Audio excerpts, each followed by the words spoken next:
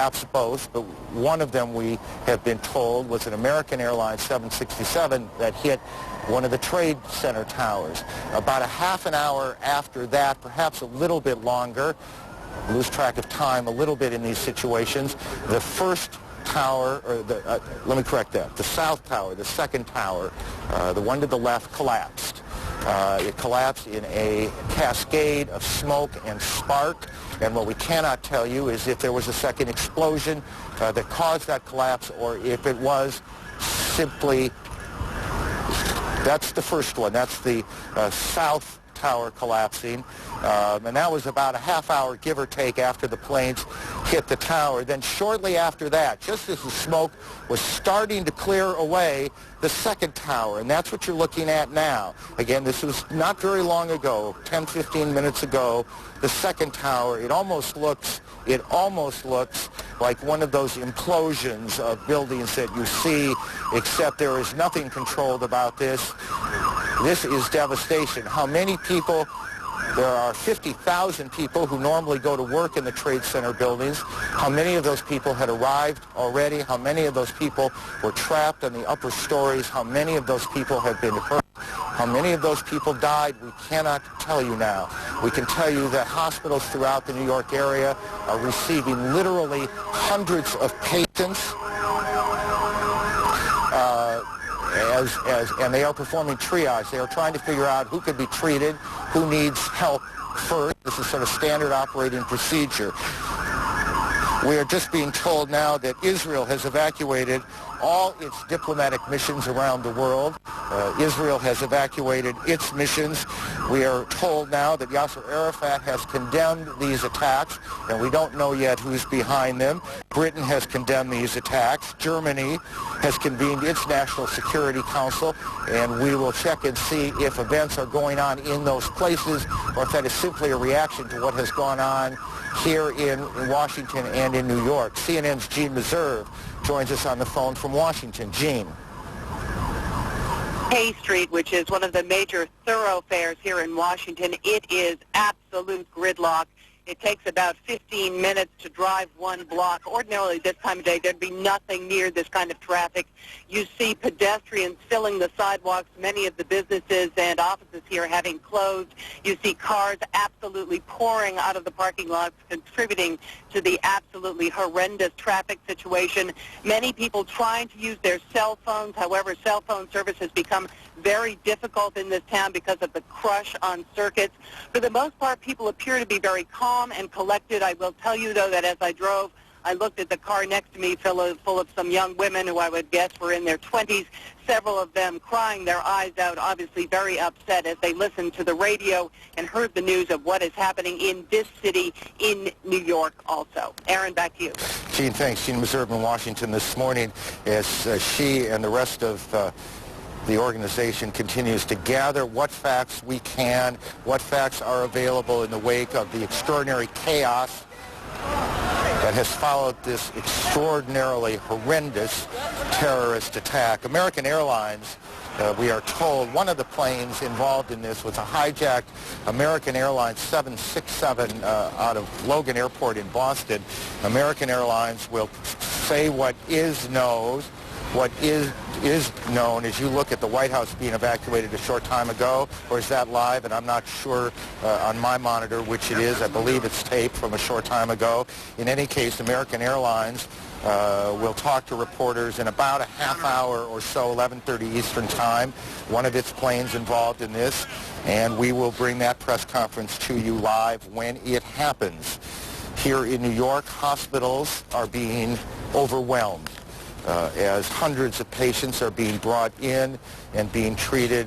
We cannot tell you, we would not even begin to guess what the numbers in this will be, how many people will have died by the time this day is over, how many injuries have taken place in both Washington and New York. But as former police commissioner Howard Safir told us a few moments ago, obviously the numbers are going to be extraordinary. Who do we have on the phone, guys? Just help me out here. Patty, are you there? Yeah, Yes, I am here. What do you got? About an hour ago, I was on the corner of Broadway and Park Place. That's about 1,000 yards from the World Trade Center. When the first tower collapsed, it was a massive explosion. At the time, the police were trying desperately to evacuate people from the area. When that explosion occurred, it was like the scene out of a horror film. People started stampeding away from it. Patty, I'm going to interrupt you for a second. We told you there was a second plane that went down, this one around 80 miles or so southeast of Pittsburgh. We'll try now to connect with KDKA TV in Pittsburgh. Well, just so much for planning. We will try again. We have reports that a plane has crashed in the Pittsburgh area, southeast of Pittsburgh, about 80 miles. And at varying times, we've heard that this was a 767 and a 747. I'm not sure it matters which it is. What matters is that a plane has crashed in the Pittsburgh area. The Pentagon continues to monitor reports that another plane, a hijacked plane, is headed for that area. All flights have been canceled around the country. International flights heading towards the United States are being diverted. Come up with some kind of thoughts about what's going on the ground. Millions. It is 4 o'clock in London, 11 o'clock in the morning in the United States. Washington and New York have been hit by a series of massive terrorist attacks. In the first incident, the Twin Towers of the New York World Trade Center were leveled to rubble by a twin terrorist attack. 2 hijacked airplanes were flown into the 110-story blocks at around 9 o'clock American time. Within an hour, there was another plane attack on the Pentagon, the heart of the U.S. defense establishment in Washington. Part of that building has now collapsed. All flights in the United States have been suspended, and at one point, the West Wing of the White House was also evacuated. There's also been a report of car bomb explosion at the United States State Department in Washington, and of a large plane crashing in western Pennsylvania. President George W. Bush in Florida, when the attacks hit, described the disaster in New York as a terrorist attack on our country. Yasser Arafat has just condemned the attack as a terrible act. Here, the Prime Minister, Tony Blair, today expressed shock and outrage at the terrorist attacks in the United States and called on democracies to come together to fight what he described as the new evil in the world. It's just been announced that COBRA, the emergency planning system here for such incidents, has been activated. David Blunkett, Jack Straw and others in the cabinet are meeting now. Lindsay Taylor reports now on today's attacks in the United States. The World Trade Center minutes after the first plane crashes into one of its twin towers, causing a massive explosion. Eyewitnesses speak of watching in disbelief as the plane disappears inside the building. The enormity of what's happened is still dawning when, with the cameras filming the inferno, another plane is deliberately flown straight into the second tower. The Trade Center was bombed before in 1993. The FBI was investigating reports of hijackings today when this occurred. 2 airplanes have crashed into the World Trade Center in an apparent terrorist attack on our country. I have spoken to the Vice President, to the Governor of New York, to the Director of the FBI, and have ordered that the full resources of the federal government go to help the victims and their families, and to conduct a full-scale investigation to hunt down and to find those folks who committed this act.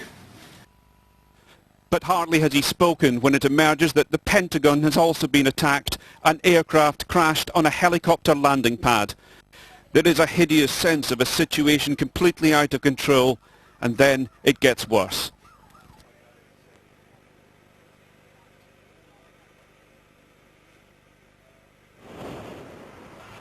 One of the World Trade Center's towers collapses. Immediately everyone at the foot is caught as the building goes down like a house of cards.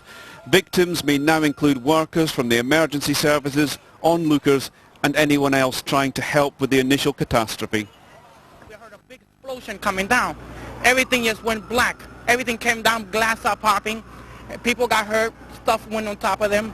And it was a big explosion and everything got dark, real dark, like snow. You can see behind me, oh, this is not snow, this is all from the building. It was a terrible nightmare. Media technicians are also caught in the collapse.